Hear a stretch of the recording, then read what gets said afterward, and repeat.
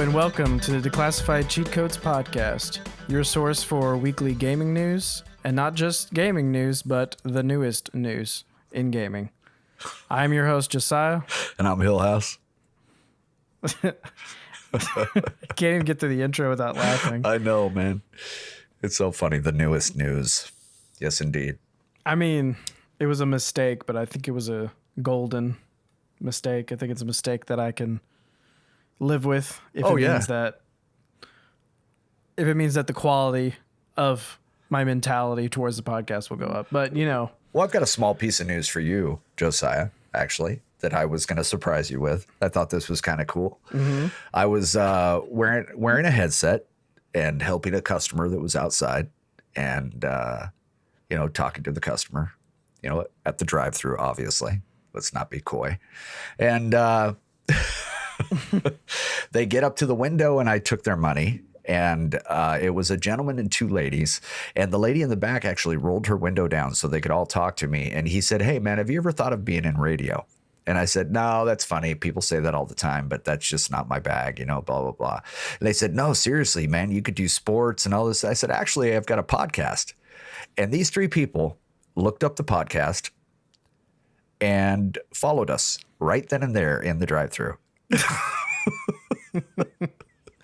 This was 2 days ago, dude, and it was the neatest thing. I apologize for not telling you sooner, but I wanted to surprise you with it. I thought it was really, really cool. But they said, you do podcasts? What's the name? And I said, Declassified Cheat Codes. And there we go. I said, it's Hillhouse and Josiah. And yeah. So they looked it up, showed me the picture. They said, "Is that you?" I said, "That's us." So yeah, I thought that was pretty neat, man. I thought that was pretty cool. Yeah, anything to get more listeners, because I feel like the amount of research and work we put into the podcast, I feel like it's, not to toot my own horn, but I feel like it's really informative. And personally, me, whenever I listen to podcasts, I like to listen, if I listen to a news one, I like it to be really comprehensive on what everything is. That way, if I ever get behind in episodes, I can catch back up with news by just binging some episodes. You know what I mean? Yeah. Yeah, I know exactly what you mean. Yeah.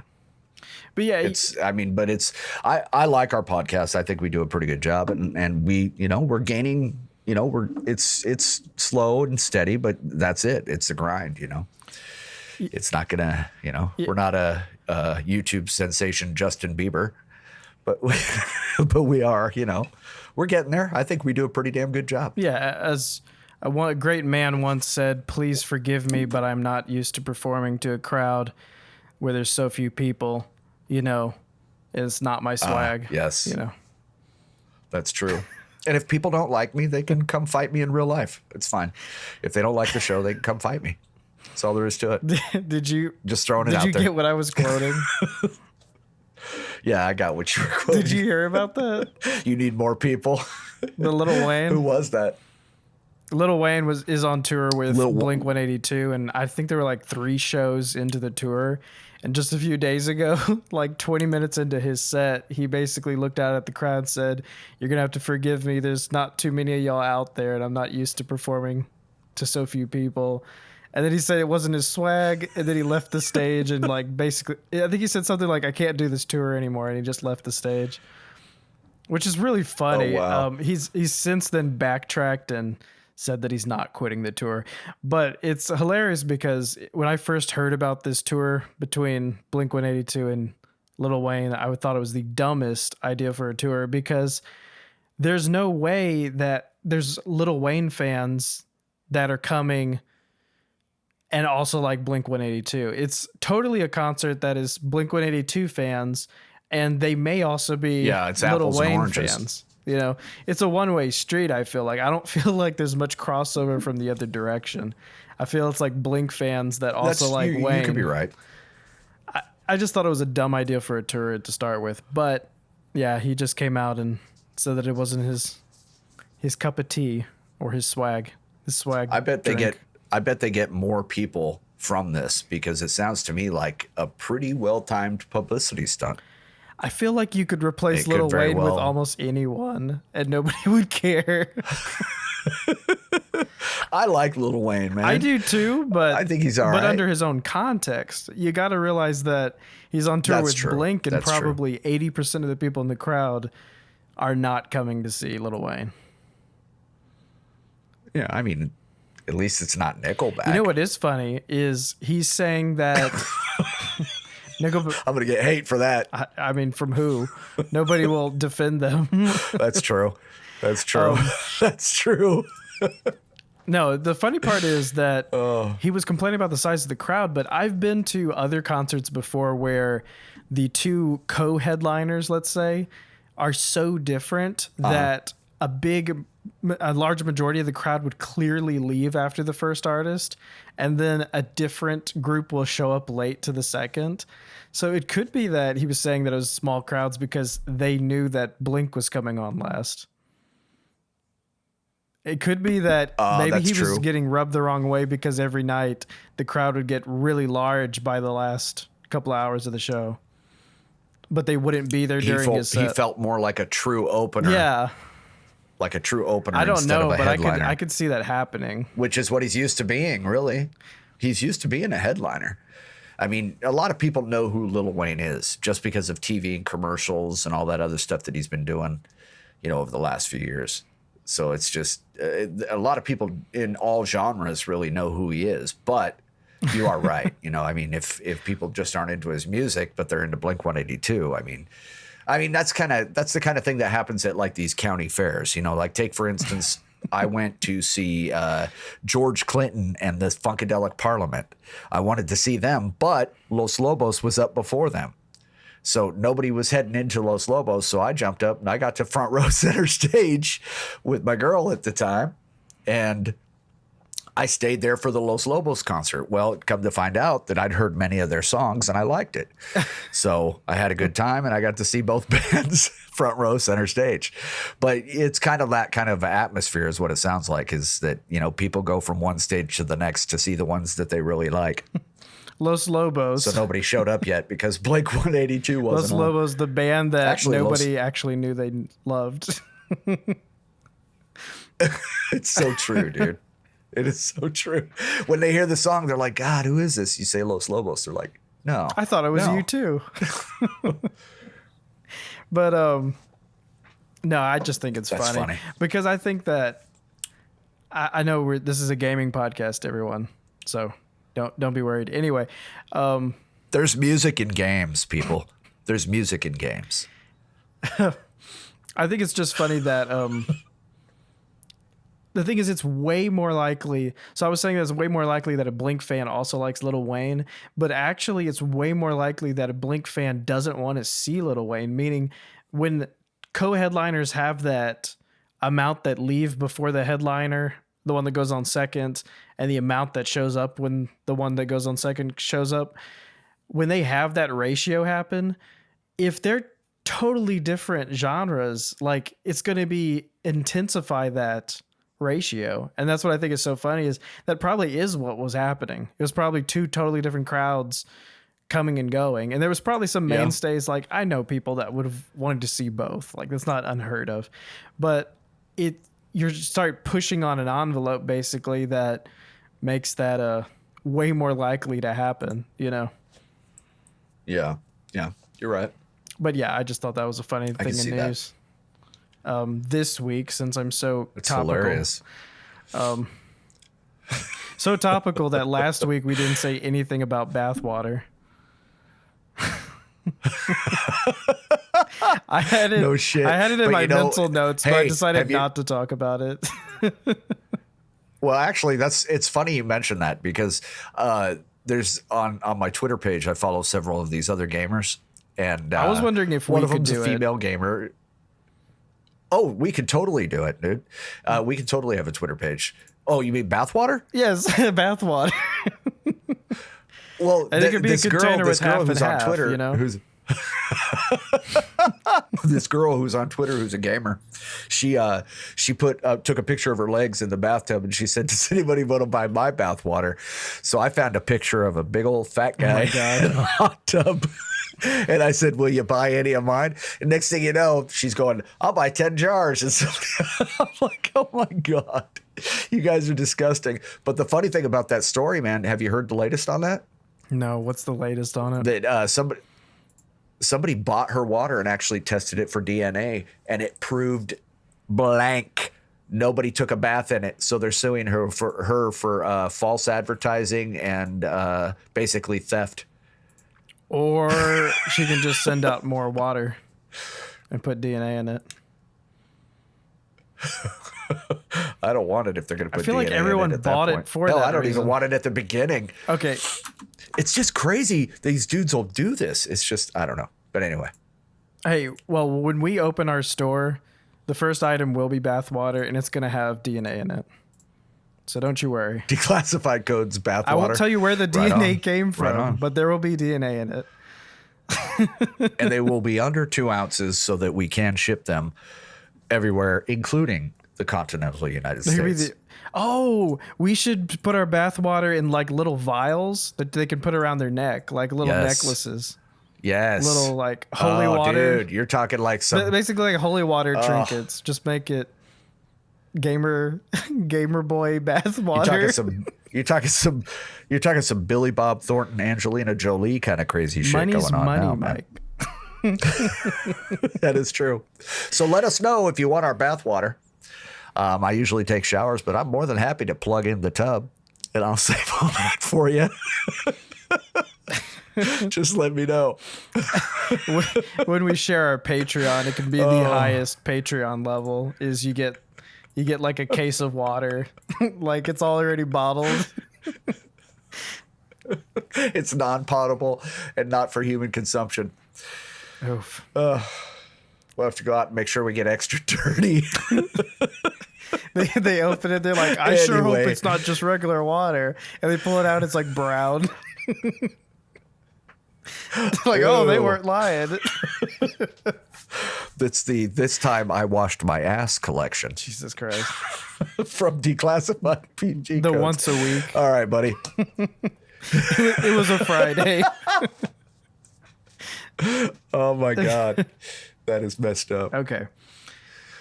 So have you played any games this week, man? Any new ones? I said last week that I was going to play Dead by Daylight, and I finally did play it. I was a little bit confused on how to start the game. It tries to be clever in its phrasing on like what game mode you're in. So the one that's not public and is just with your friends is called Kill Your Friends game mode. And that's really ridiculous because if you're at a party with them, they can hear you and they'll say things like, don't kill me. And you're just sitting there like, I mean, that's the whole game. It's like, gotta kill you. It's kind of like Friday the 13th. They do the same thing. Yeah, it's basically the same thing, except the difference between this and... Okay, so with Friday the 13th, I played that for about a couple times over like the course of a year.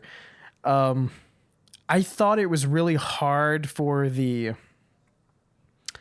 What do they call them? The civilians to actually... The survivors or whatever, to actually overtake Jason. But the thing is, it was doable. This game, Dead by Daylight, favors the killer so much. The map is ridiculously smaller than Friday the 13th. You can hear everything, and it shows you where things are. I don't think there's a way to kill the killers in this game, as far as I know. It's just ridiculously one-sided. So it's more of it's just to laugh about. Basically, as a survivor, the goal is just to survive the longest. It's not about actually getting anywhere. In Friday the 13th, you try to escape the city, you know, or the camp or whatever. You try to get away. The camp. Yeah. But in this game, you just try to outlive the other survivors, which turns into more of a kind of passive playing dirty thing where you kind of, you just make sure that the other people die first. It sounds like it's almost like fuck your buddy mode, man. It's really rough. I am going to play it more. I do want to figure it out, but I played a game with a few friends and one rando, And the poor rando had no idea that we had no idea what we were doing. And it went south really quick. And there was really no hope for like what we were supposed to do. So it's one of those games that also has the effect of once one person dies, it's like over because it's all downhill from there. If you didn't do anything, so there's like a generator system, kind of like the fixing the car thing where you have to start generators to open doors. If you don't do anything before the first death, it's like just exit the game. I'm sure people do it all the time. They probably get punished though, but it feels like there's no hope once someone's already dead and you accomplish nothing because so much has to get done and has so many skill checks. The skill checks are so stupid. Not only does it have skill checks to fix like the generator, because remember that little like quick time event that you had to do in Friday the 13th? When you would like try to fix the battery and it took me like half an hour to fix a battery that one day. This game not only does that, but it also has skill checks on med kits and healing yourself. So you can't even like heal yourself without having to go through skill checks. So my opinion of Dead by Daylight is I do like the art style. The art style is a little bit more comic book, cel shaded kind of esque than Friday the 13th. But I will say that it's not nearly as horrifying because it's brighter. So compared to Friday the 13th, I like how dark that game is. It's very dark. Yeah, it gives you that mental kind of... It makes you feel really alone. Spookiness.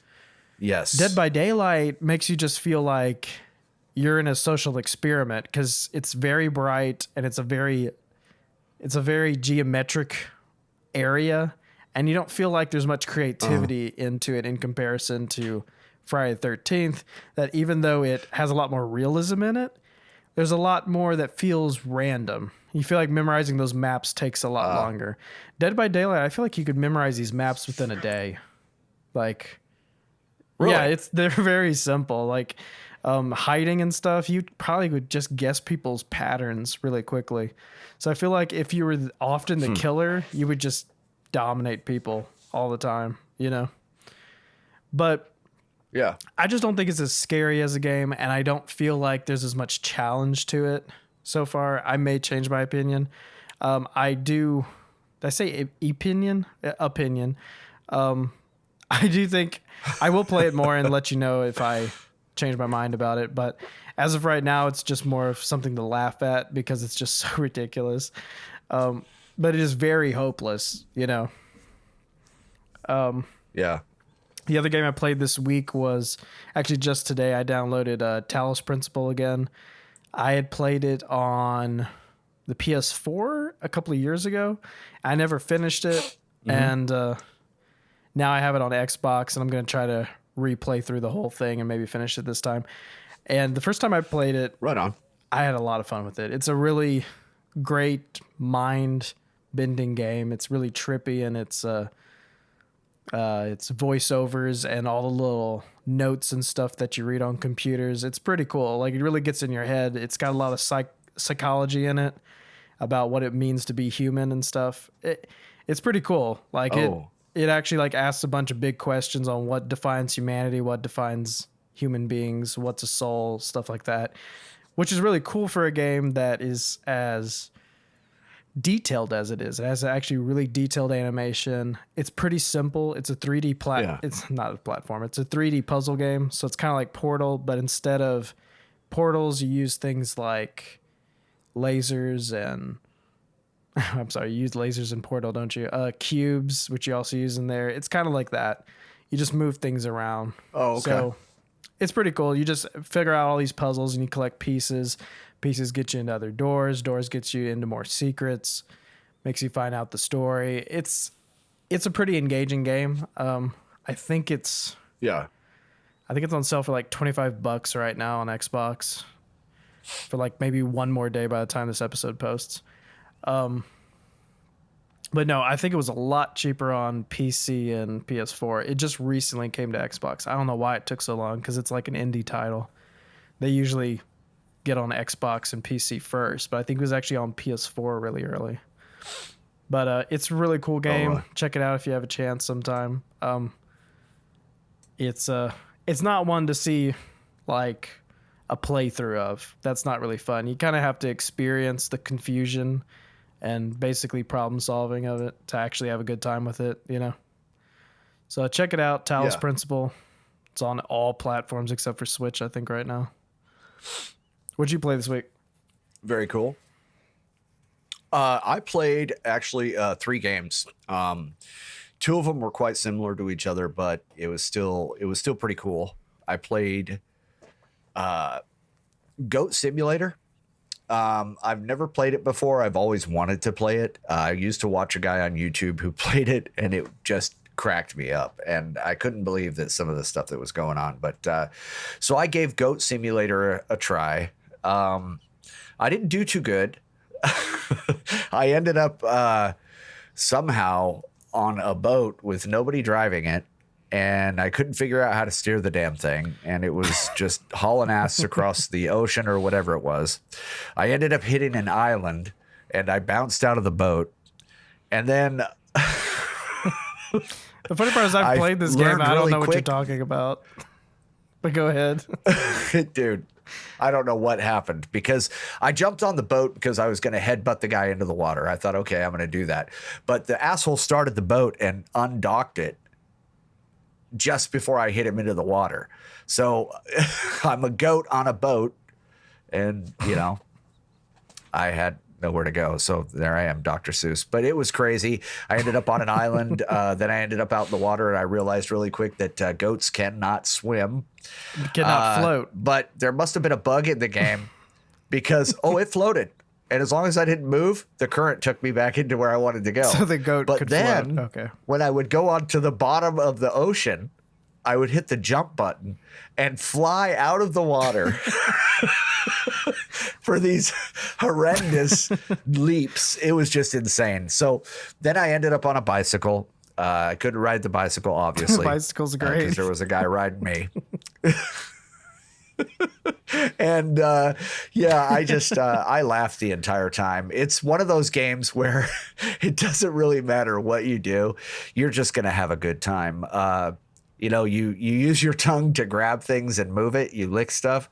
So I decided, you know, traveling was a bit of a bitch. So I licked the back of a car, and it just drugged me everywhere. And you know, you can lick helicopters so it was a lot of fun. too, and it will like fly you around. Oh my God. See, now I got to do something else. I also used the rocket pack, and that was a lot of fun. Cannot steer that thing. See, I've only played the original. I know there's like 4 or 5 DLCs to it. Oh yeah, I have every one of them. If you get it on Xbox right now, if you have the Ultimate Pass, where you can do PC and Xbox, which I know you do, I think I gives have. you everything. I think I already have all cities. the DLC. I just haven't played it.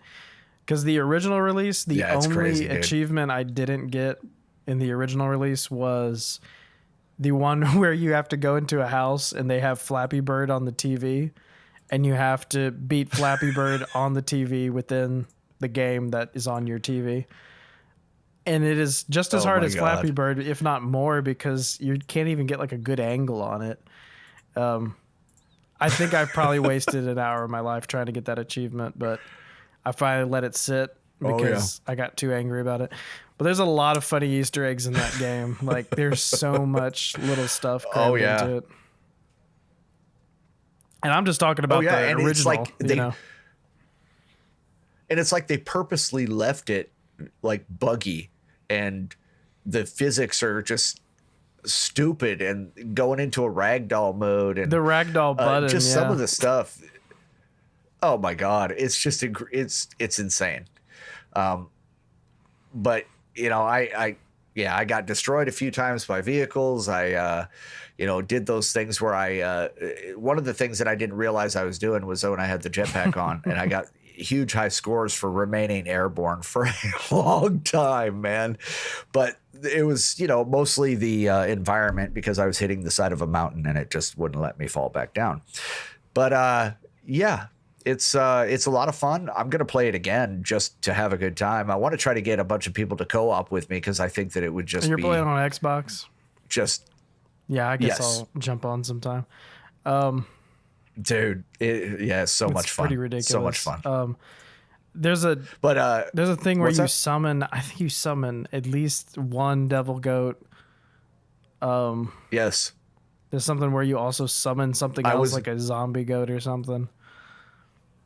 Yeah, you can have what are they called? Doppelgangers, or these little goats that fall out and they're just like all stiff-legged laying on the ground. But I already jumped on the altar and became the queen of the goats, the little satanic altar Oh thing. yeah, that thing. And they all bowed before me. Yeah, it was pretty crazy.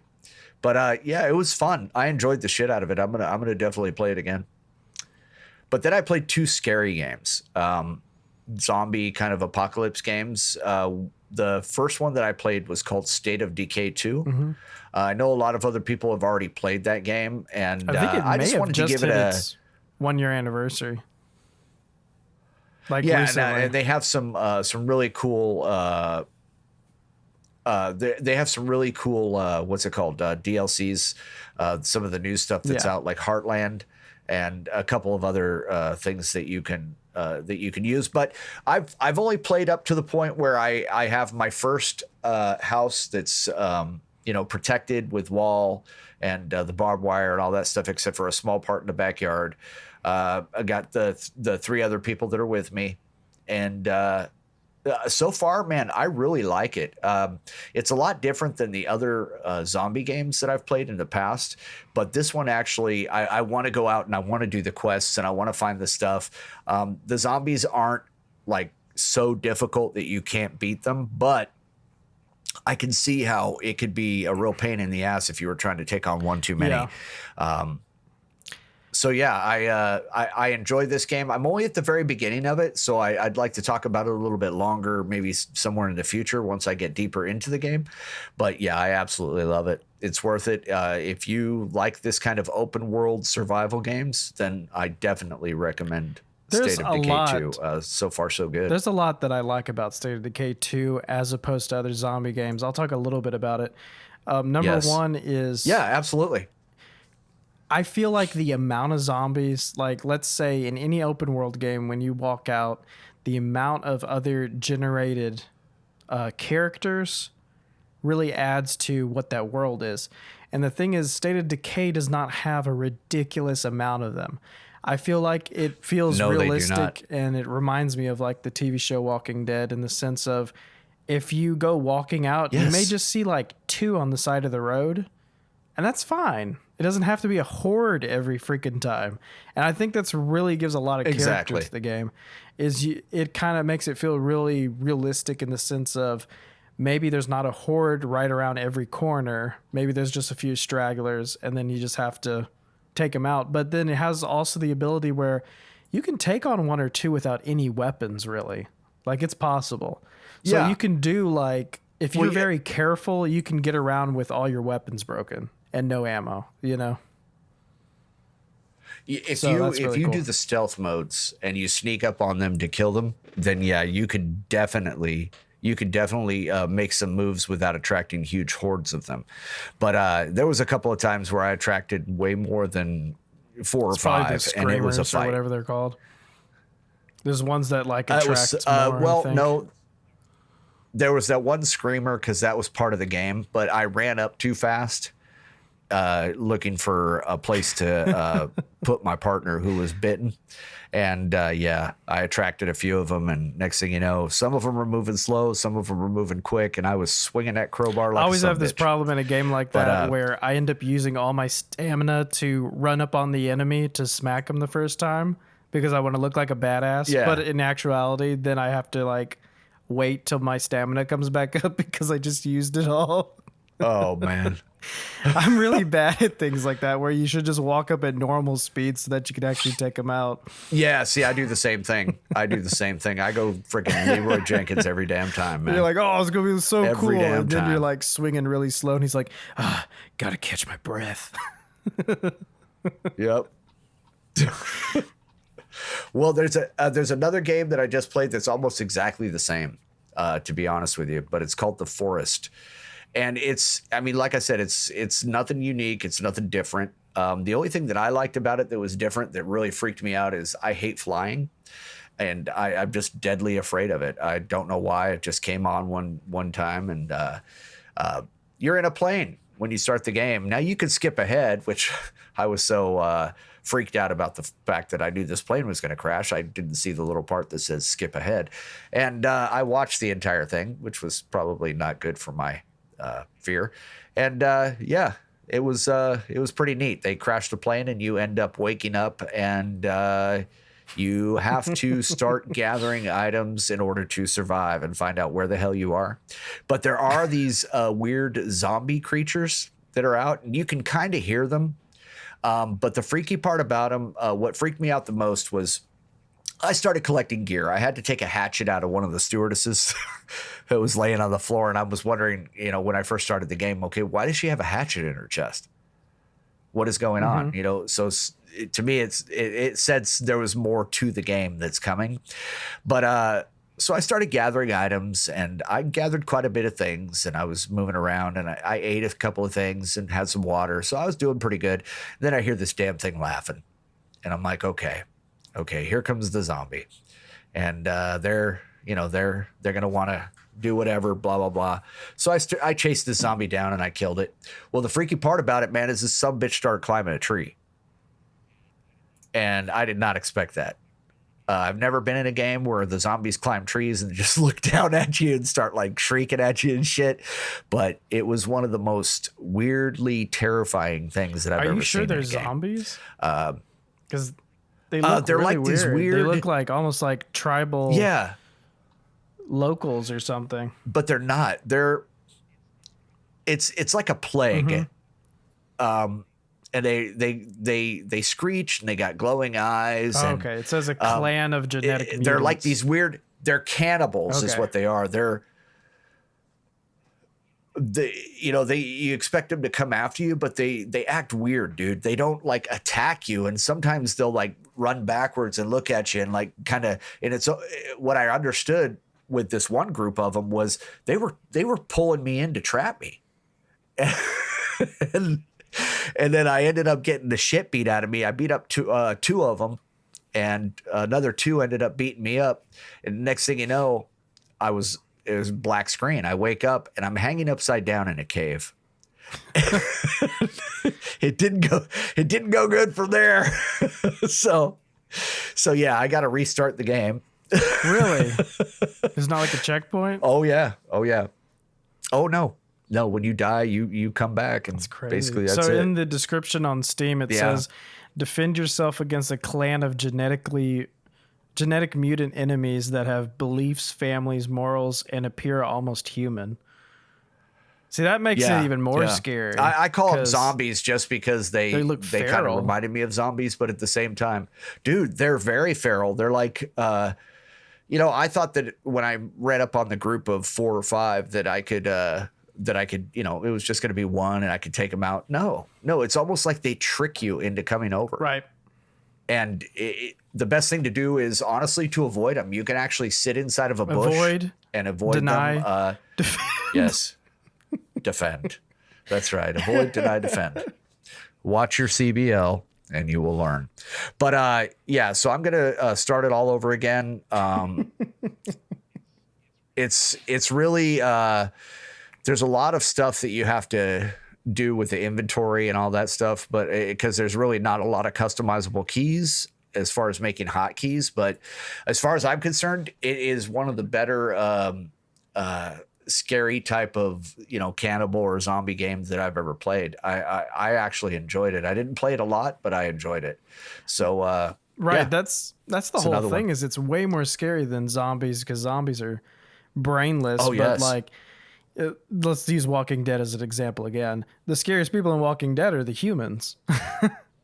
Yes. So in this, like, there's way more scary because they actually have like rituals and beliefs and stuff. So that makes it way more terrifying to me, because it's like, holy shit, it's people that have no values. Yeah. See, and I didn't go look at the description that they have on the website. I just played the game. That's why you're surprised by their intelligence when you jumped them. Yes. Yeah. I mean, them climbing the trees and stuff, I was like, what the fuck? And then even after the fact that the game ended, and I was hanging upside down in a cave and my feet were bound. I was like, how would they even know to do this? You know, I didn't get it. And they act so freaky, just back and forth, you know, dodging you. And it's really weird, man. It's not like zombies where they just stand in front of you and you just beat them in the grape. You know, it was definitely scary. It's definitely a scary game. Sounds cool though. I got quite a few other friends that play it. Yeah. Yeah, it was different. I don't need that kind of stress. But that's all I got though for as far as games that I've played. I will avoid and deny that game. I will defend Not in my store. Okay. So is that all you played this week? That was all I played. Well, I played a few more, but you know, I'm going to save some love for the next show. Sounds good. I will move on. All right. To our weekly news. Should I put that same soundbite in there? Did you hear it from last week? Oh, no, I didn't. Go listen, it's pretty great. Okay, is that the one I did? Where I said that I was using your voice as the intro. I'll listen to it. First thing in news that you've probably already heard about is the much rumored Switch Mini has finally been announced, and it's going to be called the Switch Lite, which is interesting. They're bringing back an old console description when they had like the DS Lite, which was a great variation of the original DS. DS Lite is amazing, but this is now going to be the Switch Lite, and it's got a little bit of controversy on what it includes and what it doesn't include. A lot of the things that we were speculating about it are correct. I had previously said that I thought that a cheaper Switch would be $200, and that's exactly what it is. I also said that it wasn't going to come with a dock, which is also true. However, I did not predict that it was undockable. I just thought they wouldn't put the $89 dock with it. Really? So the Switch, the original Switch is $300. If you buy an extra dock, it's $89. So that leaves, man, okay. Let me just call this out here. I did this math like 5 episodes ago, and I messed up. So I'm probably gonna mess up on this map. This map? God damn it! I'm probably gonna mess up on this math right now. But I'm just warning you. So $300 Switch. The dock costs $89, so we have about $210 left. The Joy-Cons, if you buy them separately, are $70. So that leaves you with $140. So they basically, if you divide it all, the actual Switch without controllers should be about $140. So then let's say we take that. Wow. And we put permanent controllers on it, because the new Switch Lite has controllers that don't come off. They're just permanently built onto it. So for $60 extra, more than just the tablet itself, using our math, we get controllers that are built on, and that's about it. You get a smaller screen, but better battery life. So in a sense, being smaller, maybe it can have better battery life because it's smaller, less screen to backlight. But also probably the actual board on it is much more compact, because there's rumors that they're using a different chip in it. Maybe something that they're going to update the Switch with by Christmas too. There might be a new Switch, but it might be a quiet revision, like not advertised. Yes. It's going to have controllers already built on. It has a smaller screen on it, just slightly smaller. To tell you the truth, being a smaller screen on the Lite is going to be more comfortable, because I had trouble playing the Switch in the non-docked portable mode because of how freakishly wide it is. It's very uncomfortable how wide it is. But there's also the issue of you wish the screen was a little larger. So the question is, do you want a larger screen, or do you want your hands to be more uncomfortable? So they went with more comfortability, I think, on it, because being a smaller screen means your hands are closer together. It feels a lot more natural, I'm sure. I haven't touched one. It hasn't been released yet. But being a smaller screen will be a lot more comfortable in portable mode. However, the ability to not Yes. plug it into a TV is so odd, and I'm not sure why they did that. If you've seen any memes about this, the funny part is Nintendo released a Switch that doesn't switch, is what people are saying. Oh, wow. It's just portable. So the Switch Lite is not going to have the ability to plug into a TV. It's also not going to have the HD Rumble, which is also interesting. The HD Rumble is one of the best things about the Joy-Cons. It has the most intelligent rumble I've ever felt on a controller. Like, there's different patterns and stuff, and they use that they use it in some games. Like Mario Party will do these things where it sends a bunch of vibrations through the controllers. You're supposed to guess which one was matching what. And it's actually really hard because some of them are so minorly different. Yeah. There's also a thing on Mario Odyssey where to go to different planets, there's like a vibration thing where it tells you where they are. And I don't know how they're going to rework that, but they're going to have to patch it by the time the Lite comes out, because if the Lite is not going to have Rumble on it, no game is going to have to require Rumble anymore.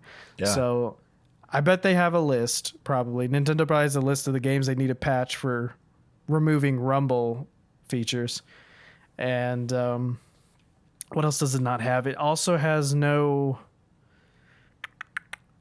camera, but personally I don't know of a game that uses the camera. I'm sure there is one, but I don't have a Switch game that uses a camera.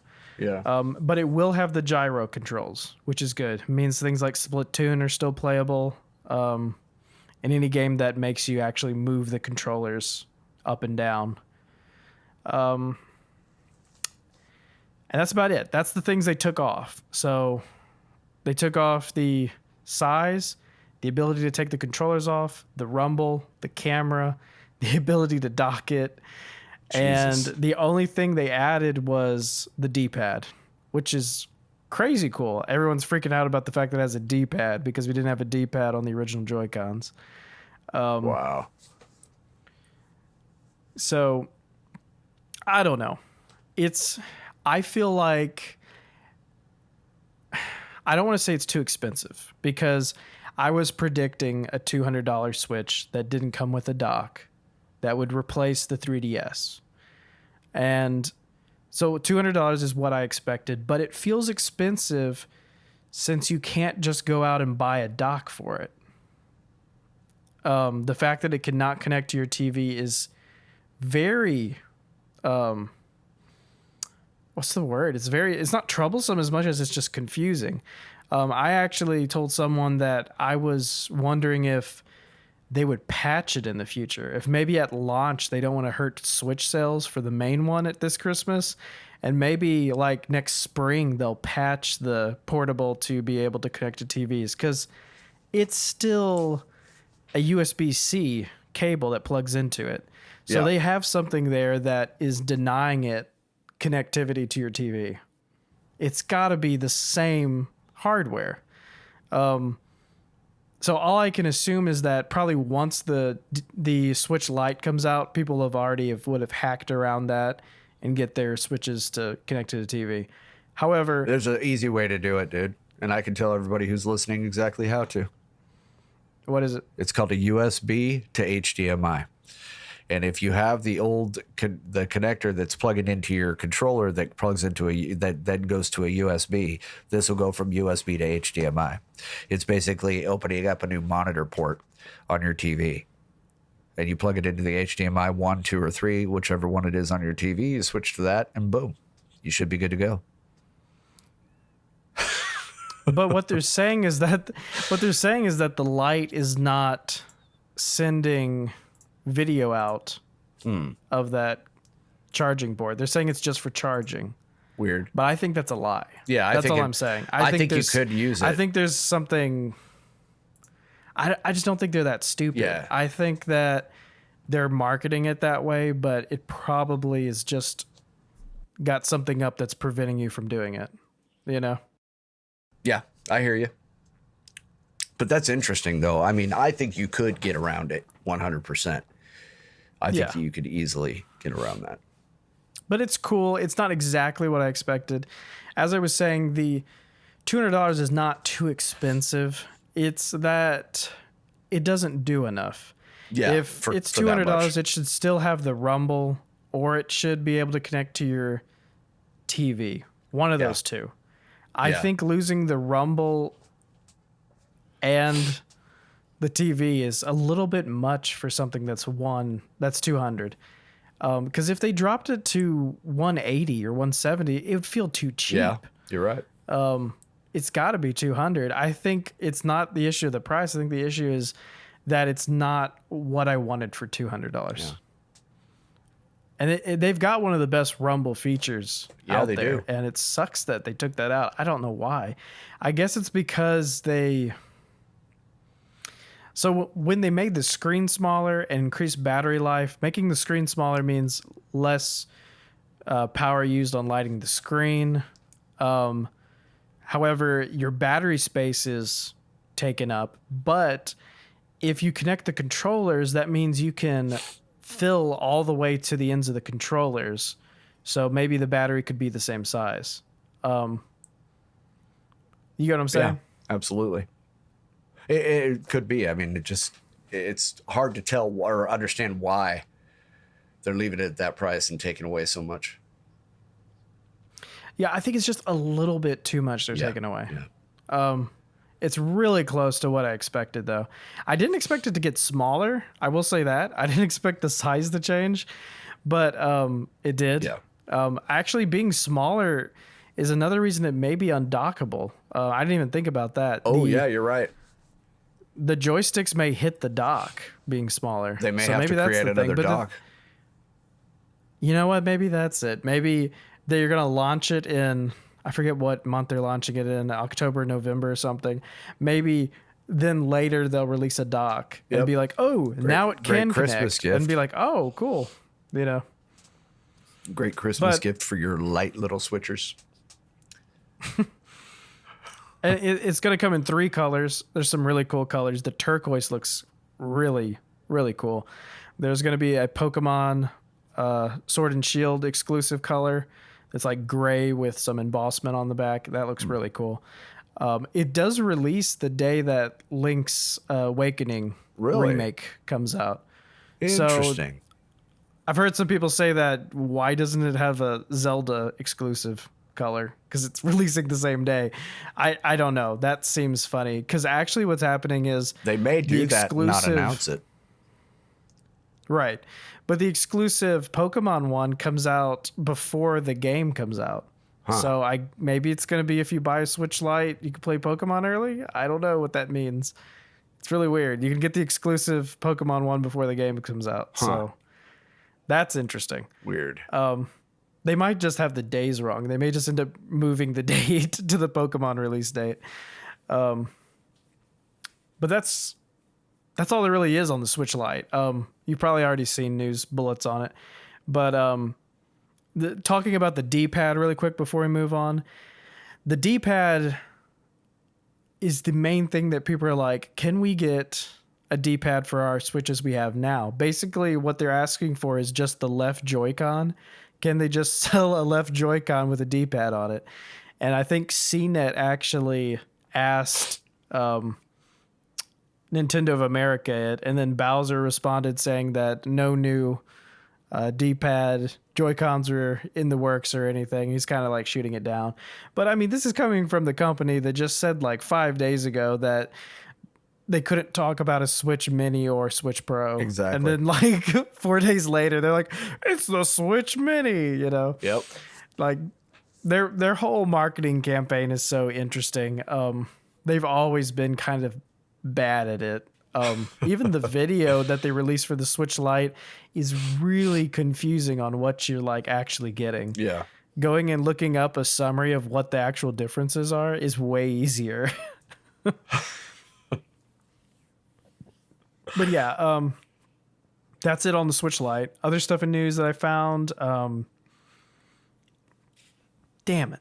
I did want to know more about this. I wanted to know more about the farming system in Assassin's Creed Odyssey.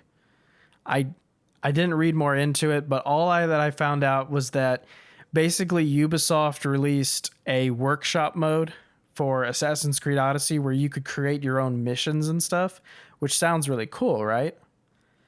But what is happening is people are creating levels that can be used for farming experience. So basically levels that are easier to get experience and level up on. Really? You get what I'm saying? Yeah, and then Ubisoft's getting mad that those are the most popular ones on their create your own mode on the game.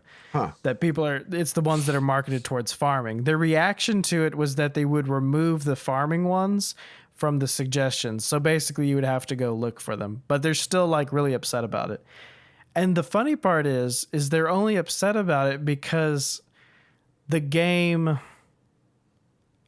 it has a microtransaction in it where you buy XP boosts. So they don't want you going to these things and farming XP because they already designed the XP to be rough so that they can get you to buy the XP boosts. You get what I'm saying? Yeah. Like how shady that is? It's totally shady. So you build a game that is just a normal like RPG type game where you're just going through and leveling up and getting weapons and all that stuff. But then on the side, you're just like, oh, by the way, you can get XP twice as fast if you give us $5 or something. Yeah. You know? Yeah. And you're like, okay, cool. Well, I'm not interested. And then you're like, this game's really slow at getting XP. And then your brain's like, maybe it's because they're charging for those boosts. And that's the actual normal gameplay for that upcharge. Yeah. And then they release a workshop mode. And then people design games that are way more like friendly towards getting XP. And then Ubisoft's all up in arms about it because, you know, it's how the game should have been. Yeah. You know, Ubisoft always getting people angry. They are. They are, dude. They're notorious. They just need to release another Rayman and then they can make everyone happy. Yeah, Rayman. Oh, I'd love that. That would be awesome. It's been a while, and Yes, that's it an has. IP they're just sitting on. But Ubisoft is the type of company that will, instead of solving a problem, they will try to get you hyped about something else. So Yeah, that's true. since Ubisoft is getting angry and people are getting angry at them, expect announcements from Ubisoft.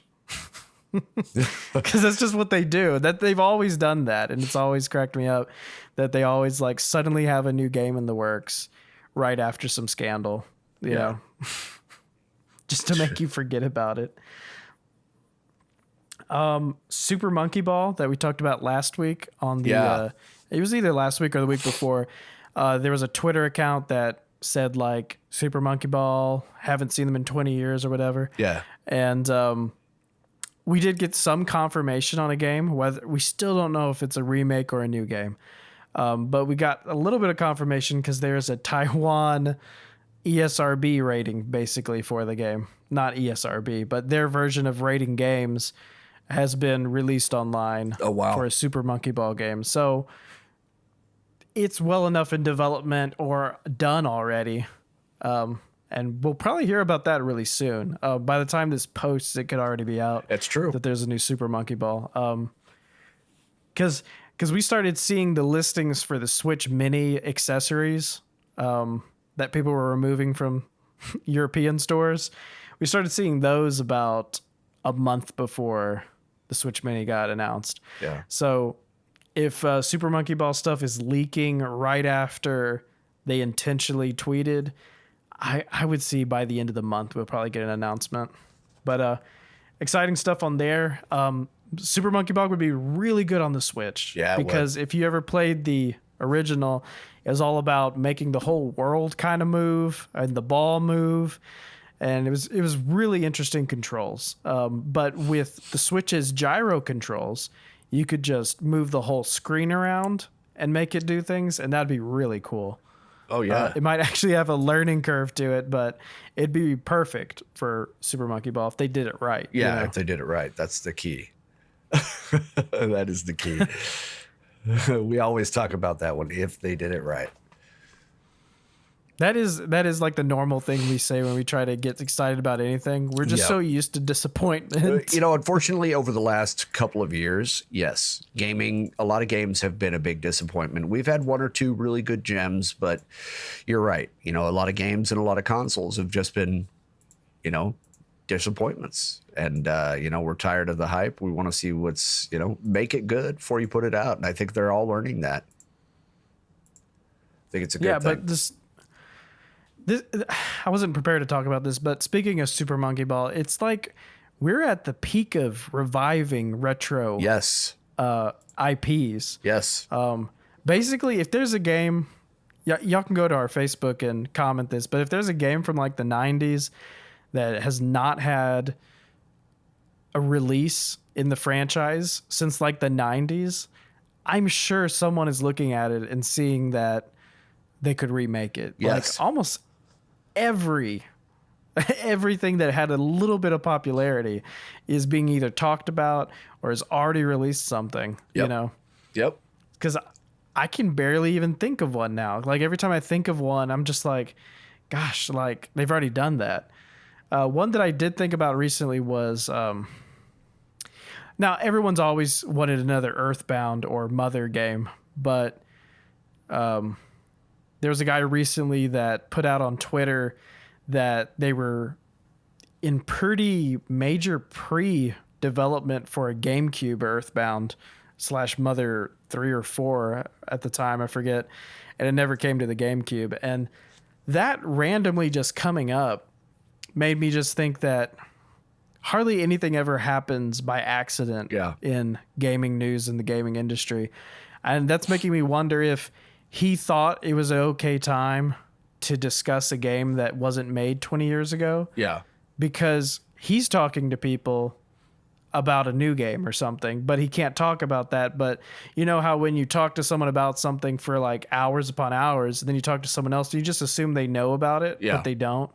It's the same thing where I'm wondering if he's talking about this canceled Earthbound game because, maybe one is actually quietly being developed. Because I don't buy $60 Switch games like very much. Like I really wait for any type of sale. But if Earthbound came out, I don't care if it was a collection or either the first English release of Mother 3 would be in it. Anything related to Earthbound, I would totally buy it at $60. There's nothing more entertaining as an intellectual property of Nintendo. That's true. Like Zelda used to be the cool kids game. Like everyone that liked Zelda was like the cool kids because it wasn't as mainstream as Mario. But freaking Mother and Earthbound is like the super, super, super cool kids thing. Yeah. Because like it was so borderline popular that it was rare for them to get to America. So like I don't know. I hate when people tease me with Earthbound news because it makes me really wonder if something's happening, and there's not anything really being rumored, but I'm just putting it out there that I'm talking about it so that maybe more people will talk about it. But it sounds to me, from everything that's coming out that it's, like you said, one of two things is going to happen. It's either going to be a remake or it's going to be an all new game. And I'm hoping that it's a little bit of both. You know what I mean? That it's a rework with some new stuff. That would be maybe at the end of the cool. show, maybe at the end of this episode, we could talk about games that we haven't seen anything in the franchise in a while that we'd like to see more of. Absolutely. But you can go ahead and tell us more news though. Okay. Yeah, I've got some for you. Nintendo Switch, speaking of which, they're getting for their online gaming community. Everybody's doing all that now. They're doing the streaming stuff. And so Nintendo Switch Online, the people who play for that, they're getting a new rewind feature. And basically what it does is you hit the ZL and ZR button at the same time, and it'll take you back through several minutes of your gameplay. So you can actually stop at a certain point, go back, and then redo it again to do it better, to try it all over again. So it's kind of a neat little feature that they're adding to it. Is that going to be in the Super Nintendo games that are included with the Nintendo Online? Yeah, actually, they're saying that it's going to Okay. be included with the classic NES titles that they're going to Okay, be cool. having also, because they just announced it for July. It's going to be Wrecking Crew and Donkey Kong 3. But the whole thing is it's across the entire library is Rewind. So that's going to be a neat thing. You can try your, if you did it and you made it, you can try it again if you want to do it a little bit better this time. But the new feature comes out at the same time as both of the new games, July 17th. And yeah, basically they do have, you were speaking about sales the other day, last week, about how this one company, which one was it again? That's they're making everything full price. I can't remember the name of the streaming company, but Nintendo. What do you mean? You said that for that specific thing that's coming out, people were hoping that they were going to have some sort of a sale. Oh, for Stadia, Yeah. Stadia's still selling full price games even though they Yeah. don't have physical copies of them. Yeah. Well, Nintendo is actually doing something right now where you get digital games at a discount, and that's going through to the end of July 31st. So people who do have the Switch Online, you're getting good deals on games right now, and you've got some really cool things coming. So yeah.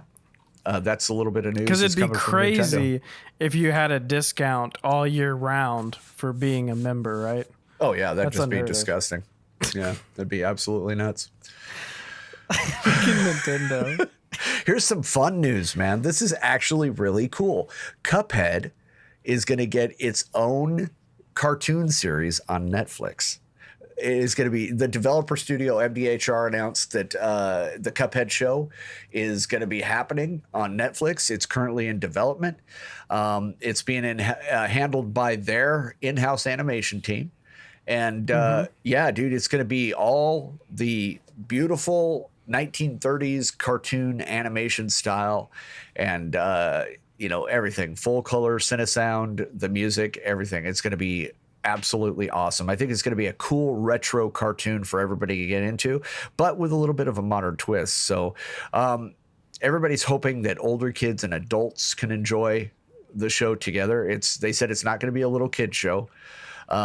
See, that's what I was wondering. I was wondering if it would be marketed as that or not. Well, they're from what I've been reading, they're going for the same kind of vibe that the game is in.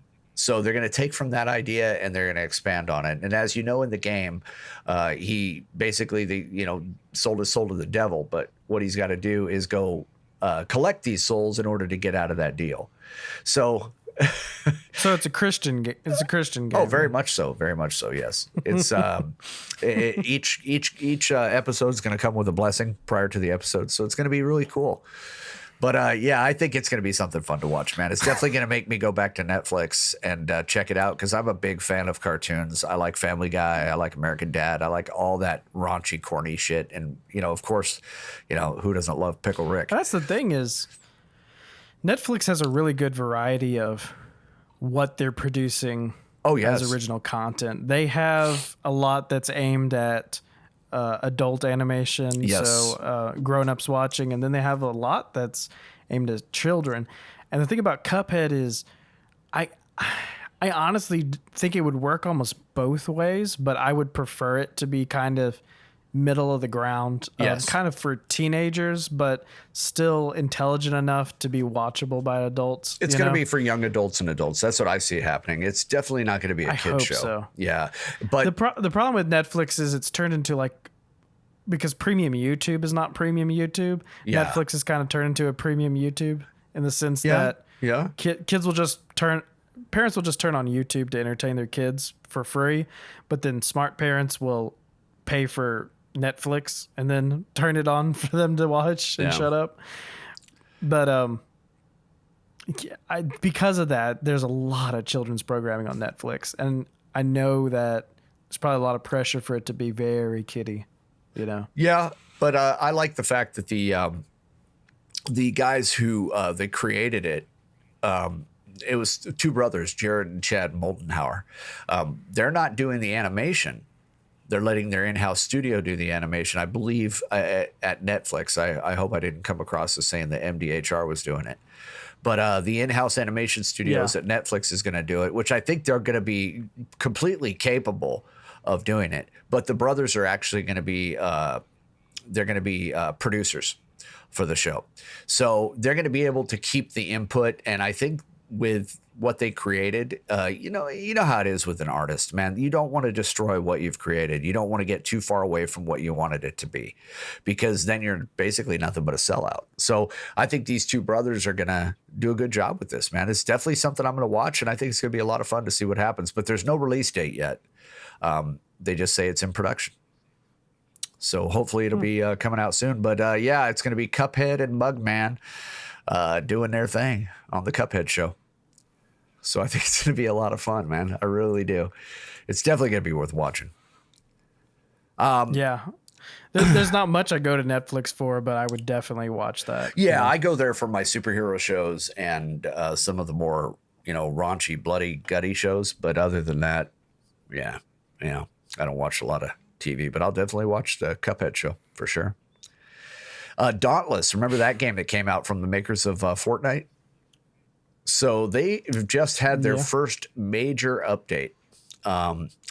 And it's still doing really good. Everybody is, they're still getting a lot of playtime. There's still, a lot of good stuff happening in the game. But now what they've done is their update is adding a lot more major challenges. And it looks like from some of the pictures they've seen and some of the still shots from people that have played and whatnot, it looks like they're adding a little bit of like all the games. I see like stuff from Sea of Thieves in there. I see stuff from Fortnite. I see stuff from Dauntless, and it's just basically the skins. But so they've got this whole new thing that they're doing. You can now get what's called marks. It's a new currency for different behemoths or giant monsters that that have multiple modifiers, not just a few. But it's a lot harder of a fight. The marks are a new currency. Those can be traded into the Lady Luck vendor for different rewards and weapon mods, special moves such as that. And there's also leaderboards now for the fastest completion times, and it resets weekly. So there's a little bit of competition involved in it. It's kind of neat. It's not a pay to win, obviously. They haven't done that yet, and hopefully they never will. But it should be a lot of fun. The update drops on the 16th. And from what I've seen of people testing out the beta on it, it looks really cool. Just a lot of different skins and stuff that they're adding. But it should have some harder gameplay. It should make for more strategy at the beginning of each hunt. That is a big part of it when you're playing it. You do have to strategize and make sure that you have the right gear, the right, for that particular behemoth or monster. So, yeah, I think it's going to take a little bit more teamwork, which is going to be good. But it's still free to play. And it's still cross-platform, and they have a Nintendo Switch version that is coming on later this year. So we're going to see Nintendo Switch people in there. So yeah, it's a good update. I think it's a good move for them. They made a good part of the game, and they're passing it on here on the 16th. So yeah, it should be a very cool thing. Have you been playing Dauntless at all?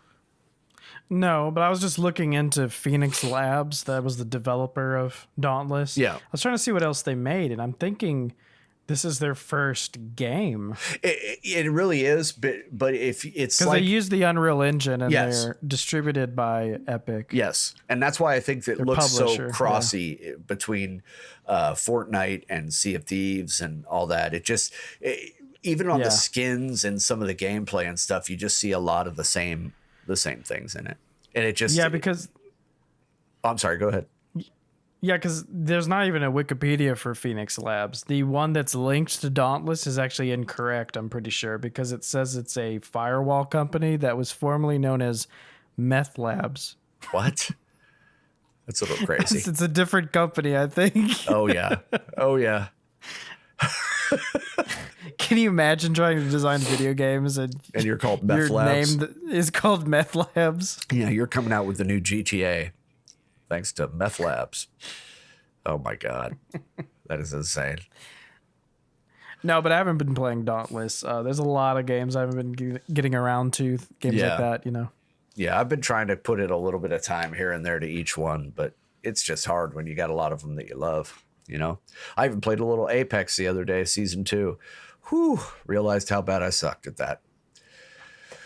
So yeah, on to some new news. Microsoft is working on a crazy new Xbox controller, y'all. This thing, I've seen some of the pictures from the patent. It looks almost like a Switch controller that comes apart on each side, and it connects and has a touchpad in the middle on some of them, and then it has a cord that comes out for recharging, and it almost looks like a USB-C cord in a way. Now, the patent from the U.S. Patent Office, the pictures that I'm looking at, they're very roughly drawn pictures, and it almost resembles a Switch controller. It's supposed to, from what I'm understanding, it's supposed to come with the Xbox Project X Cloud. It's supposed to be released at the same time that they're doing all this with Scarlet and everything else, but it just looks really, really odd. And I'm wondering how they're going to do it. Looking at it, it looks interesting. Yeah, it looks like a very small, like picture in the middle, and they can plug into it, and it should not cover up the display on either side. But at the same time, I'm wondering if that extra centerpiece helps it to where you can plug into your TV.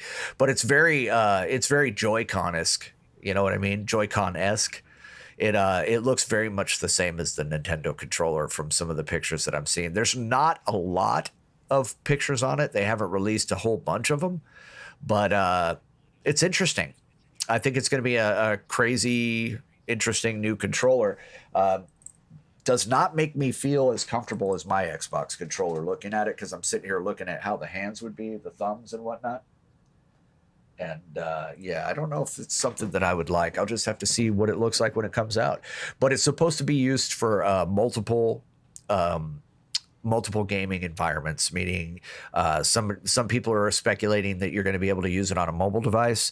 Some people are speculating that it's also going to be able to plug into your gaming system or your PC, all these different multiple things. So if that is the case, it's going to take the gaming controller business into an entirely new direction, which I think is going to create a whole lot more competition between, Microsoft, PlayStation, Nintendo, Razer, all these companies that make these, Logitech, that make these different controllers. I think it's going to create some really good, healthy competition, and we're going to see some great controllers coming out for much cheaper prices. So I think it's going to be a good thing in the long run. But we'll see what happens when Microsoft unveils this sucker. Yeah, that sounds cool. It's got a from the examples that I'm looking at, you can put the two controllers together and charge them together. Yes. And then they detach. Looks pretty cool. Yep. It looks like it attaches to one middle controller, and then it has another piece that it looks like and you got a center screen, so you can have just a private gaming console. But it should also work with the other major consoles and PCs. Well, at least with the Xbox. Yeah, it looks pretty cool. I would like to try it though first before I make any more opinions on it. It's one of those things where you really can't have an opinion until you actually see it in use. Yeah, I'm just going based on feeling from what I've had used with the Nintendo Switch. I wasn't comfortable with the controller. I would like something a little bit more ergonomic. It just didn't feel right in my hands. But I'm also I play a lot of Xbox games, and I use a Razer controller. So every one of them are shaped and they feel a little bit different. The weight, everything. Yeah. So yeah, I assume I wasn't used to it. So when it comes out, I'll probably take a look at it. If it's not too expensive, I might even buy one. Unless Microsoft would like us to go ahead and review those products and send them over to Declassified Cheat Codes, where we can test them out for you. We'd be happy to do so. Anyway.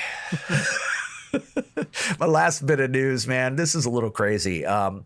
There is a female streamer, or there was a female streamer by the name of Gabriela Cattuzzo from Brazil. She has been dropped by Razer for making a tweet that basically ended by saying men are trash. So now Razer dropped her. But if you look at the entire story, what happened was she was basically sexually harassed. There really isn't any other way you could look at it. When you're a streamer or you're a YouTube personality, anything like that, any kind of a public figure, you're going to get hate texts and hate responses on your videos, whatever, or in your chat. It's just the way it is. It happens. So anyway, there was a tweet that has now been deleted from June where it showed her on a mechanical bull. And one of her male viewers or followers said, "You can ride me if you want to." So it blew her up. It triggered her.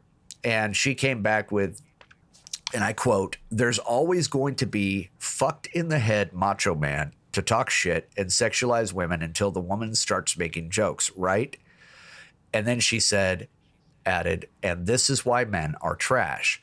Now she came back and she followed up and she said that not all men are bad, and that, she wasn't judging all men in general. She was just triggered by this guy's response.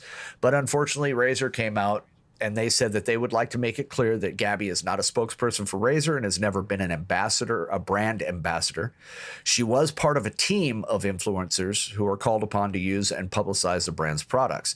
And then they said, "As gamers, we face every type of preconception and stereotype from the outset, and we will continue fighting so that this type of situation doesn't repeat itself." The statement then said that they oppose any kind of, quote, extremism. Well, then they come out and said they have no other comments. Well, the bad thing about it is it looks like, there's a lot of people that are refusing to buy Razer products now because they're stating that they're not protecting people from sexual harassment, that they're protecting the people who are doing the harassing. They're calling them out for their reactions, saying that, it's misogynistic and they shouldn't be doing it, and that it's a reflection of the male ran gaming community and all this. And to a point, I agree. But to another point, I'm looking at these companies lately that are doing these knee-jerk reactions and just getting rid of anybody that causes any kind of problem. So if this guy who made this comment on her tweet was any kind of a streamer or was sponsored by anybody, I would expect the same kind of response from his sponsors. And if that is in fact the case, then, hopefully that did happen to him. Unfortunately, we're only seeing this side of it. Gabby even came out and said that she was an asshole. She apologized. That, was the guy a jerk too? Yeah, but she feels she reacted 10 times worse. So she's doing the adult thing and doing all this. But yet Razer still pulled her sponsorship. So Razer is facing some backlash from it. I understand what they did, but I may not 100% agree with it. I think that maybe they could go back and look at it and look at the bigger picture and then maybe make a decision from there. But I guess as a business, you have to protect yourself. Right. I get all that. But I think this is good for sponsors because it's showing that maybe you shouldn't drop out of something immediately in the future because sometimes the backlash can be the worse than... Wait, here's the thing. It's acting like it's Razer acting like they're more important than they are. I'm sorry, Razer. I would love a sponsorship, but I see your point on that. If Razer didn't pull their sponsorship of her, nobody would have said, "Hey, why hasn't Razer pulled their sponsorship of her?" No, they wouldn't have.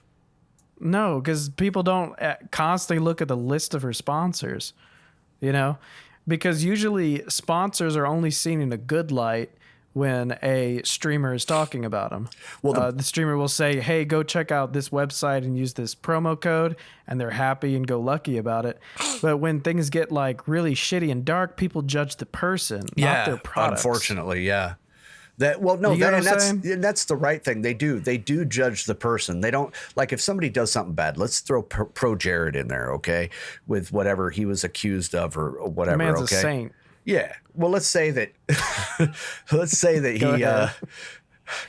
say that he did something bad. People aren't going to go after Razer. They're not going to go after Nintendo or Xbox because that guy did something bad. So you're absolutely right on that aspect. And Razer does need to rethink it in my book, because Gabby has 68,000 followers on Facebook alone and over 89,000 followers on Twitch. Now you're talking a lot of public, and they don't just talk to each other. They tweet and retweet. You know, they talk to everybody. So this stuff doesn't just stay in her community. Obviously not, because it's in the news. It's all over anything that has to do with gaming. It's over there. So, you know, the thing is, I think the damage has already been done. I think it's too late. Well, everyone would see it as a weak move if Razer came out even right now and said, after reviewing the statements of our former sponsor, we're, re-sponsoring her or whatever. I guess they could come out and just say, hey, it's our policy that whenever anybody, whether they're right or wrong, but engages in any kind of, that aggravated back and forth or whatever drama, that they decide they don't want to do that, because technically you are representing their company. So, yeah, you should have a little bit more thicker skin, I guess. We all kind of have to. They are still paying her bills. Yeah. So they are basically sponsoring her. So it's a crazy line, because at the same time, we don't want to watch streamers that are like, the far end of it is we don't want to watch streamers that are robots. No. Because they're afraid of stepping on toes because they have to keep the lights on. And in by no way do I want to see somebody getting harassed in any way, whether it's being bullied, sexual, or any of that stuff. I don't want to see any of that kind of crap, because, to be honest with you, there's no place for it. You know what I mean? There's no place for that kind of toxicity. All you're doing is being a troll. That's it. And the thing is, it's neither extreme. No, we're going to be somewhere in the middle. Neither one was extreme. Yeah. The thing was, neither one was really extreme. That was a comment that some dumb young boy would make, that sees a picture of a girl on Facebook or Twitch or whatever, or Twitter. And, she got triggered. I don't blame her, man. She probably hears it 800 times a day. She's not a bad looking young lady. She's actually quite pretty. So yeah, I can see that there's probably a bunch of these constantly harassed. Oh, yeah. Probably constantly harassed. And I can tell you this, just from watching some of the female streamers that I stream with, they deal with a lot of shit, dude. A lot of shit. And sometimes you, as a man, as a decent man, I want to say, that you feel like you want to say something to these people in the chat. But then if you do, you're inviting their wrath on you, and also possibly the streamer's wrath for putting your nose in where it doesn't belong. So yeah, it's a whole getting big into really subject. touchy territory right now. But yeah. But I just think it's a mess. I think that, I would hope that Razer would look back at it. Maybe there's something that could be worked out, because to me, it doesn't really seem like she did anything that bad except for defend herself. Now, what I was saying earlier, I'm not sure if you understood me, but there were two extremes that didn't happen. The two extremes are either sponsors never pull out and they just constantly put up with the fact that who they're sponsoring are being really terrible people on stream, which is one extreme, which is not what she did. Or the other option is she's a robot and doesn't do anything that is even interesting because she's afraid to step on toes. So she did neither extreme, is what I'm saying. And every streamer is somewhere in the middle. At the same time, though, too, reading Razor's response, I know exactly what you're saying. Exactly. I agree with you. I think that it wasn't either one of those extremes. It was kind of a little ho-hum the way they did it. But looking at their response, where they said that she was never a spokesperson and was never a brand ambassador. She was just part of a team of basically streamers that publicized their products for them. So, you know, she was technically never sponsored by Razer, according to them. And she was never one of their ambassadors. She was just a streamer who, you know, used their gear and reviewed it. And I guess they would just send her some gear once in a while or something. But, you know, if you're not sponsored by them, I guess they can drop whoever they want. It's their company. But I don't know. It just seems a little like there's a little more to it. You know, hopefully some more information will come out and hopefully something good will happen for this girl. So to talk about this more. Yeah. I'm assuming that I just don't know how to tread here because I'm getting into really touchy territory. So, there are extremes, and I haven't watched her stream, so I don't know what her personality is like. And she's, by the way, she's leaving social media for a little while because she's also started getting death threats, dude. What the hell? Yeah. So it just tells me the state of, you know, society on social media. What kind of fucked up person do you have to be to put death threats against somebody because she went off on some dude that said, ride me? I mean, it's her right to go off on him as far as I'm concerned. Right. He Same. directed the comment towards her. She has every right to say something back, but to put death threats against her and her family on social media, and this is why this girl is taking a break. You know, if you're listening and you know, you're that kind of a dickhead, shame on you, man. Shame on you, because there's no reason for that. There's no reason for death threats, dude. What I was going to say was that, so if you go on any game streaming app and you look at the top streams, I'm pretty sure that very quickly you will find one that is probably a girl that is completely aware of the fact that she is selling sexuality. Oh, yeah. And sometimes they're not even playing games. Sometimes they're just talking or whatever. Talking or working out or trying on clothes or something. So there are people on one extreme that are completely aware of it. Oh, yeah. And I do understand that there's nothing wrong with that. Everyone has the right to make money their own way. Dude, some people were born with I saw one 2 days ago. Some people were born with tits. I saw one 2 days ago where a girl was trying on bikinis on her stream, dude. How long did you watch? What? I didn't watch. What are you talking about? That was a really awkward long silence.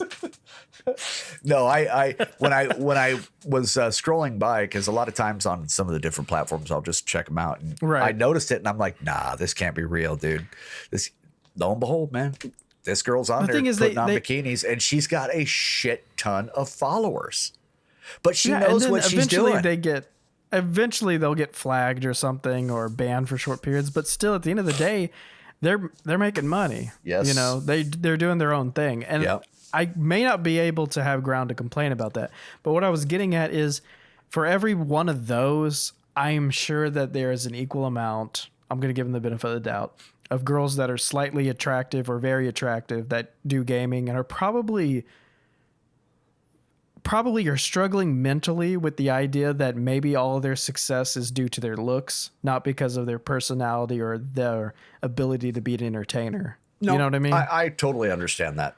I've actually had that discussion with a couple of them. I don't know this girl's personality, but I'm saying that she could be constantly struggling with that, and that could be one of the reasons she blew up at this guy. Well, you get what I'm saying? Yeah, and I've talked to a few of the female streamers that are bigger in the areas that I do stream. And one of them actually took a break not too long ago because it is tougher on them, I think. Because being constantly objectified, when all they're doing, some of them are very beautiful women, okay? And they're very, attractive. What I'm saying is maybe quietly objectified. Yeah. But, well, no, I understand that. But, but some of them, they genuinely are great gamers. They just happen to be good looking. And I think that you are right, that in the back of their minds, they're wondering, am I getting this popularity because of the fact that I have skill in this game, or is it because I look good? I mean, I can joke that I wish that was my problem, but at the same time, man. yeah, at the same time, everyone has their mental struggle. And Yes. Yeah. if that's something that you're constantly struggling with, then, there's really no correction to it. There really isn't. There really isn't. You just have to, I think that in the long run, in that kind of a situation, whether it be a man or a woman, you just have to believe that, you know what, hey, I'm using my skill as a gamer to play this game. I hope I'm creating good content, and I hope that's what they like it for. And if you just got to make yourself believe that. You just have to believe that your skill is what brought you to where you are. And if that's the case, if you can do that in your own mind, then, hopefully it'll make you feel a little bit better about what you're doing. I generally don't look at these other streamers as it's because of their looks. Now, there's a couple of them where I've gone and watched their stream because I go around and I donate. When I get these donations, I donate to the other streamers. It's just something. And plus, you can use part of that to subscribe to these streamers. I didn't know about that until just recently. So I started subscribing to some of these folks. But I've caught a few of them where I'm like, okay, it's just a booby cam show. That's all it is. You just happen to, you're a female that happens to be very large busted, and you're showing just enough cleavage to get these people to watch, and you know exactly how you look on the camera. And then there's nothing against that. I really don't think there's anything wrong with it. They know what's selling. They know what's bringing in their audience, and maybe they're entertaining at the same time, but I haven't found it entertaining, so I kind of leave. I want to see gameplay. That's my thing, or else some live bands or something like that. That's what I'm looking for. I'm looking for entertainment. I'm not looking to just see a quarter slot in the middle of a sweater. This isn't the gyro I was looking for. Exactly. But I honestly, there are people that are just doing it because sex sells, man. That's just the way it is. Just do it. But there's a lot of female streamers out there right now that are very talented gamers that I think are starting to make a name for themselves just because they are great gamers. Because let's think about it. It has been a mostly male dominated business for a very long time. Nobody ever thought girls were going to be great gamers. I mean, come on. We were all kind of dicks about that back in the day. Though? What's sad is that's the problem with the mentality. I think we're under a mentality that I think we're under a bad mentality as the general population views still males as the more competitive. Yeah. But I think everyone can agree on the fact that females are probably the more lucrative. Yes. Because whenever agree. I go to the top streams, it's like all the top ones are. Yep. And that's just because of the audience, Yeah. I mean, I support the ones that are actual gamers. I support the ones that actually do a good job. And I could give two shits what they look like. If I'm entertained by their stream, I'm going to join their stream and I'm going to subscribe to them. Yeah, and that's what I do too. Like, I try to find the diamonds in the rough that are yes. that are like not actually putting their pictures really big and then are just doing good game commentary. Yeah, but or then aren't trying to put a seductive profile picture up just to draw you into their freaking stream. Right, and usually the other half of that is someone just being an a-hole. Yes. And I won't support that either. No. So it's like the middle ground is like the ones that I actually support, ones that are just friendly people that are playing games, for the love giving of gaming, good commentary. Man. Right. It doesn't matter the skill level. It isn't. I'm not saying they're less competitive or anything. Yeah. But they're playing for the love of gaming, regardless of skill level. Yes. And they're not there just to be dicks, and they're not there just to show tits. Yes. I agree. I think there's a lot more that's going to happen out of this. I hope that it doesn't affect either one in too negative a way. I hope everybody finds a way to get over with it, except regarding Razor and Gabriela. I hope that, she finds whatever she needs to find and doesn't get harassed anymore by these dickheads that are doing death threats. I hope she's able to go back into her medium and do her streams, play her games. But I hope that Razor actually takes another look at it. I think it's interesting that nowadays people just pull their sponsorships, they just pull their ads and all that stuff. It's a knee-jerk reaction, or they man. block them. And hardly anyone, I feel like Razor could have just said, would you release a public statement about this, If Just if I was whatever Razor, happened to people asking people to release apologies? if I was with Razor, I would just say, look, we're looking into the situation right now, and once we have more information, we'll be happy to go ahead and release a statement. And then once she comes out and says, look, I was an asshole, I shouldn't have responded like that, but he triggered me, and this was the reason why. As an adult company, you would have hoped that they would just say, hey, we have looked at the situation. We understand why she said what she said, and she has come out and apologized, and we support her 100%. I think that'd be a bigger move on a company's part, right, than just dropping somebody. But unfortunately, and that's one of those things where she has to say something like, I try to stay active in my chat to be more friendly with and more engaged with my audience. But that is a two-edged sword, because you have to still sift through all of the insults, and just attacking. Oh, dude, I've gotten plenty, and I've just ignored them. I mean, there's some people that have said some fucked up shit sometimes, and I just ignore it. No, I love you. I like it when you talk to me like that. But I've had some really shitty comments, and then I've actually had some streamers that came to my defense, dude. It is crazy. This one girl from Scotland happened to be watching, and I said, hey, good morning, everybody, and he said, yeah, good morning, fuck boy. And she went off, dude. She went off. The kid ended up leaving the chat, but she was pissed. She goes, you don't ever fucking talk to people like that. You don't ever say that kind of thing to anybody. This guy's here entertaining you, and you're going to cause this kind of crap. Oh, yeah. Yeah, it was crazy, dude. My dad paid good money for this free app. Yeah. I paid good money for this game. I'll play it without being called a fuck boy. But yeah, it was. But it's really interesting how it just seems like that whole atmosphere, the trolling and the bullying and all that, is being pushed back against by the gaming community now. And some of these bigger name streamers and stuff are starting to just say enough is enough. And I think that if people lose sponsors out of it, dude, they're really not going to care. I think that at least, it's one of those things. You don't see it as much as you used to, the picking on and all that, because I think we're getting into that part of society where people are starting to give a shit about more people more. But yeah, I think it was a knee-jerk reaction that all these companies are doing based on all the crap that's been happening in the news, man, with all these different streamers. So, yeah, you can't really blame them, but at the same time, you hope they'll take another look. Yeah, I mean, you gotta see both sides of it. Because I love Razer. I use Razer products. I use a shit ton of Razer products. I like Razer as a company. I think they make good decisions. I'm sure this was a corporate knee jerk because they just don't want to get involved in drama. Oh yeah. But it is interesting that they're getting backlash for basically enabling cyberbullying / harassment. Yeah. But I think it's, in the long run, it'll be good for the environment, because that will allow people to see that maybe you should look something over a little bit longer, or just at least try to see it from both sides, before it actually is worse for you. Yeah. It does suck that she's having to hide and stuff from people, because this is really dumb. Dude, it's so dumb, man. It's dumb because, I feel like we were trying to exit out of this subject, but when she said, what'd she say about men? She said that this is why men are trash.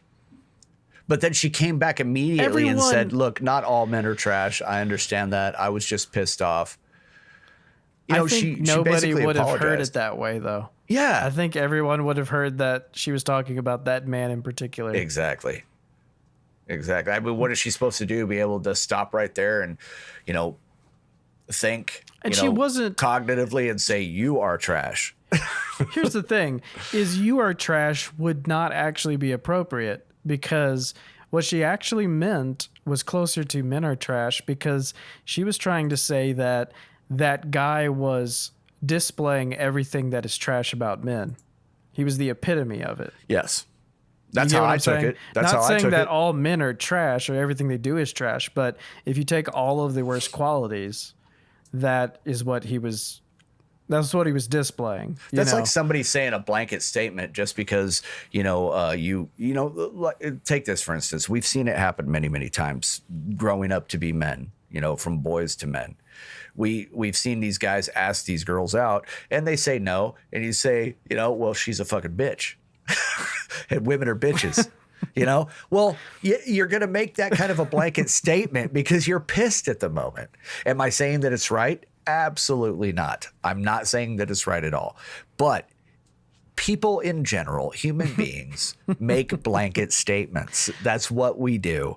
Everybody does it. He who has not sinned cast the first stone, damn it. Because the bottom line is we all freaking do it. It's the Aesop fable about the sour grapes. Yes. Yeah.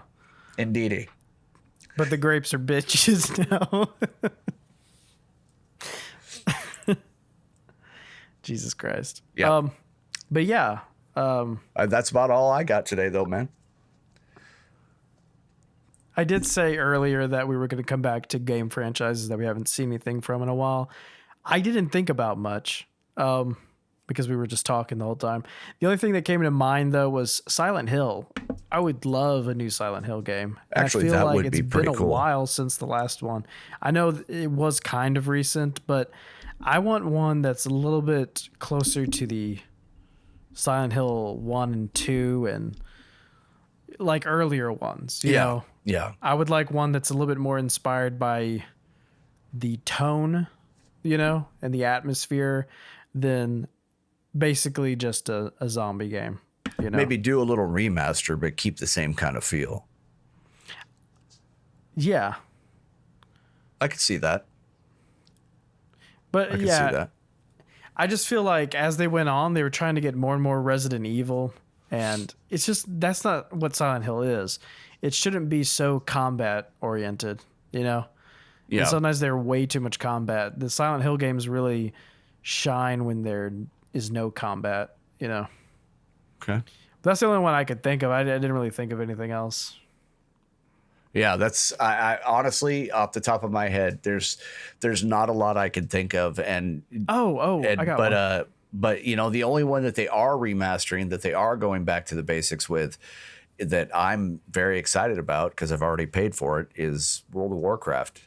By using Warcraft 3, it's basically a remastered Humans and Orcs, and it's gonna be so cool, man. I keep going through and looking at the pictures and stuff when they release anything, and it's I'm ready for it. But that's really the only one that I could think of that hasn't been redone, except for, like you said, Silent Hill. That's a great example, man. That would be an awesome game. Banjo-Kazooie would be really good.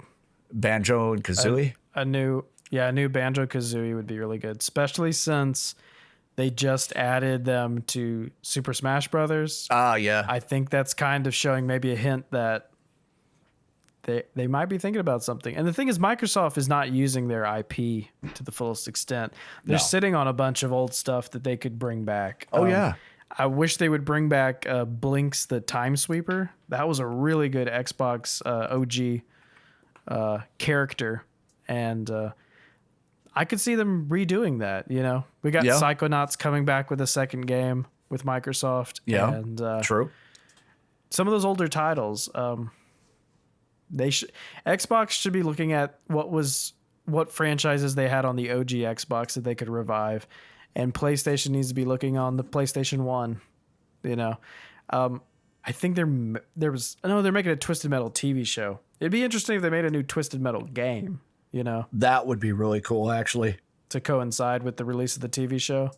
That'd be actually probably will happen if they have a TV show. They're going to market a game with it, but that'd be pretty cool. That would be very cool. That's all I have this week. That's really all I've got, man. Yeah. I was hoping to play a few more games. I wanted to play Alan Wake and then Alan Wake American Nightmare, but I think I'm going to play those a little bit tonight. And did you get them? Yes, I already have them downloaded. Cool. And I just haven't had time to play them. I started playing Trover Saves the Universe again because my understanding is if you collect all the eye hole babies from every level, that there's extra cool shit that you get at the end of the game. So I really want to see it. And yeah, I'm hoping to get a few games in and hopefully get some good content and have some good information for you guys in the next podcast. Sweet. Yes. And hopefully we'll be getting that store up soon with the bath water. Yes. Yeah. I want a t-shirt. I'm liking the idea of the necklace with the bath water in it. I think that'd be awesome. And then we could put us in white robes on a little prayer card that comes with it. Matching tennis shoes. That'd be awesome, dude. Oh, I just pissed somebody off. Oh my God. That'd be crazy, dude. Hey, you know what we could do? We could sell the Gamer Boy water that we do. Oh, and it could come. There could be a premium set that comes with a water purifier in it, where you can actually filter it. Ooh. So it would have our DNA in it, but if you wanted to consume it, we would have the disclaimer on it that says you don't consume it. Otherwise, you're not responsible for your medical bills. But if they wanted to, they could take our DNA and create clones. Dude, I wouldn't care if they cloned me. Shit. Neither would I. Unless it turned into that movie Us, then I would fucking be pissed. Yes. I really wouldn't mind if I was cloned everywhere. No, that'd be kind of cool with me. I'd be all right with it. More me to love. As long as people knew I was the OG. That's right. The original clone. OC. Everything. Yeah, because original content. Because the only thing I care about is being recognized as the original. That's true. That's it. I'm number one. Children are just free advertisement for myself. But anyway. Oh my God, that'd be crazy. But I think we should do that, man. And if it takes off, then if the bathwater thing takes off, then I'm going to be selling little pouches of fingernail clippings too. I think it'll be a wonderful thing. And yeah, I'm ready to go bank. I'm ready to go ham on this Etsy shit, man. You got a tube of exfoliated skin. It comes with a free pet egg. Oh, that's gross. That is gross. Yeah. But Just somebody selling would our buy DNA. It. There would be tabs on the store. It'd be t-shirts, hoodies, DNA, samples. One of us may be your child's father. Test our DNA. Buy a bottle of bathwater today. I think they would quickly know which one of us two would have been the DNA. Like, God damn it, I got Josiah again. Damn it. It's like I tried 3 times. It's like a mystery DNA box. That's what we need next, man, is we need Josiah and Hillhouse rookie cards for our stream that people can collect. And every 12 streams Jesus will be Christ. a season. And we'll give out new seasons of rookie cards and whatnot. It's just a bunch of faces of us on Babe Ruth and things. Oh, God. Too funny. Too funny. Oof. Well, Indeed. Oof. We'll catch y'all next week with Yeah. another fantastic episode. Thank you, everybody, for listening. That was awesome. Had a good time today. Keep it real. Keep it real.